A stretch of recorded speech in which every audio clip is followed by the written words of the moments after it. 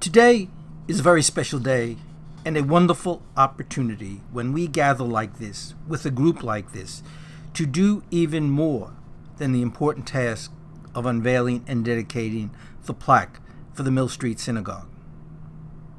Within that ever larger purpose, allow me to make a brief presentation on behalf of the Bowling Green Association before we turn to that purpose. 365 years ago tomorrow, on September 7th, 1654, 23 Jewish men, women, and children stepped onto what is now Bowling Green and became the first observant Jews ever to arrive in North America. 1 year earlier, New York City was born as New Amsterdam at Bowling Green, and also among its unique history, Bowling Green in 1733.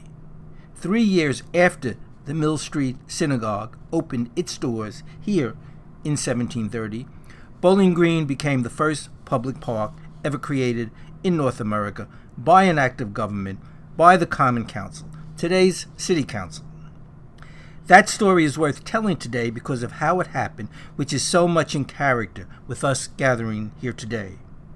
The citizens and residents of what by then was New York City in 1733 petitioned the Common Council to build and maintain a park in front of the fort at the foot of Broadway, the area that had always been the meeting place, the town square for the small city since Europeans first arrived.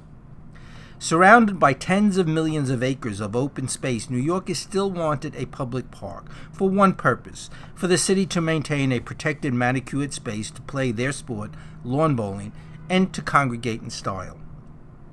The Common Council responded, "Good idea, we would, but there were no funds in the budget to do so."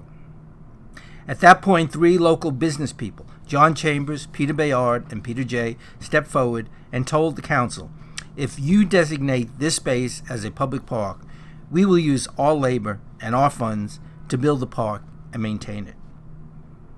So, because of three enlightened community building business leaders, on March 12, 1733, Bowling Green became a public park. And in return for their generosity, community spirit, and altruism, these three business leaders received from the city government the symbolic payment of a single peppercorn each and every year, one peppercorn each year, to be shared by all three. That is why over 250 years later, the Bowling Green Association Peppercorn Award was created to be presented to special individuals on special occasions who reflect the same spirit as those three colonial business leaders, who are doing as much or more today here in Lower Manhattan. An award as simple and symbolic as that peppercorn, a carefully worded certificate in an inexpensive frame whose value is small but meaning is very large.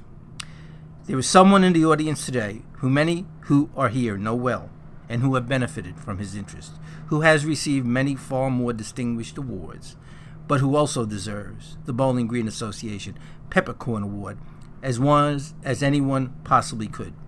John E. Herzog.